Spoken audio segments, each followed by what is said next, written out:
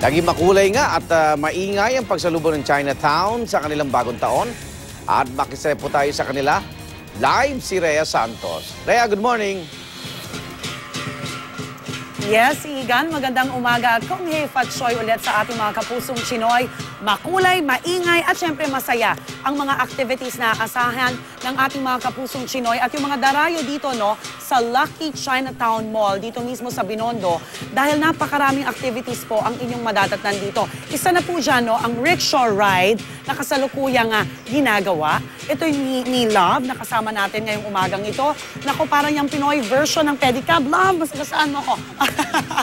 Alright, hindi ako saswertehan pag nasagasaan ako. Pero yan po ay libre, para sa ating mga kapusong pupunta dito.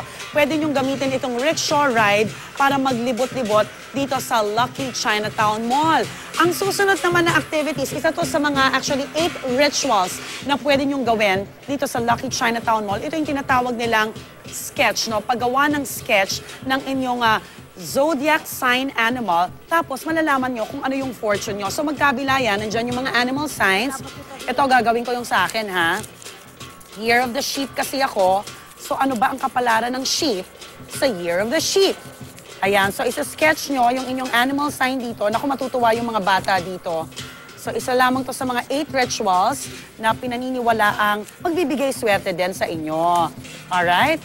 So ayan, na-sketch ko ng aking sign. Aninag nyo ba? Year of the sheep. At sabi sa aking fortune ay, the sheep or goat people will be extremely successful in their career and in all business venture in 2015. Sana magkatotoo, sa tulong ng dasal, i-claim natin yan.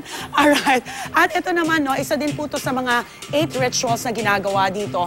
Ito po yung pagdarasal dito sa tinatawag nilang 3 stars. Ito po yung gods ng mga kapuso nating Chinoy. Usually ito nakadisplay sa kanilang mga bahay, may mga iba't ibang sizes. Ito yung si Fu na kumakatawan ng happiness, si Lu na kumakatawan ng prosperity, at si Shu naman ay kumakatawan ng longevity. Ito yung sumasalamin sa gustong maging buhay ng ating mga kapusong Chinoy. So mamaya yung the rest of the 8 rituals, nakadalawa na tayo, yung sketch at saka itong pagdarasal sa 3 stars, napakita na namin. Mamaya papakita pa namin ang iba pang rituals na pwede niyong gawin dito po sa Lucky Chinatown Mall.